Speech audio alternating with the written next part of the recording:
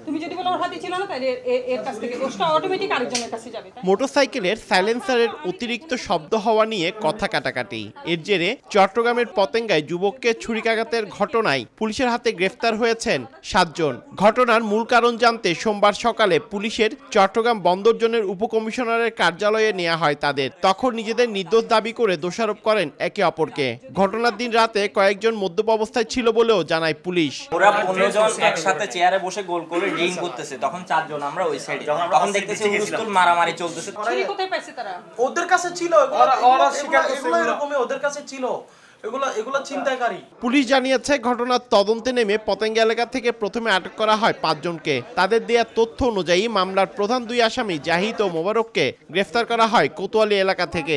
এটা আমি মনে করি এক ধরনের সামাজিক অবক্ষয়, যে কেউ কাউকে রেসপেক্ট না করা, এই ধরনের অসহনশীলতার একটা পরিবেশ আমাদের সমাজে তৈরি হয়েছে। আমরা এটা দেখব যে তারা কোনো রাজনৈতিক ছত্রছায়া আছে কিনা। নগদে 500 টাকা বা তার বেশি পেমেন্টে পেতে পারেন ঢাকায় জমিসহ 20 কোটি টাকার পুরস্কার।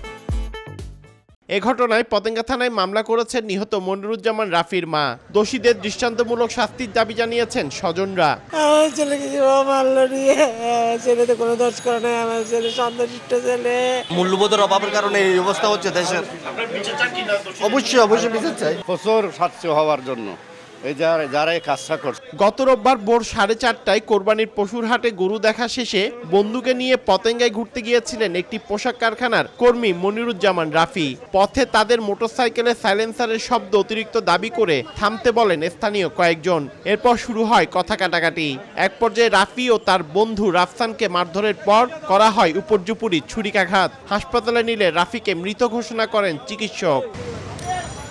পার্থপ্রতিম বিশ্বাস, সময় সংবাদ, চট্টগ্রাম।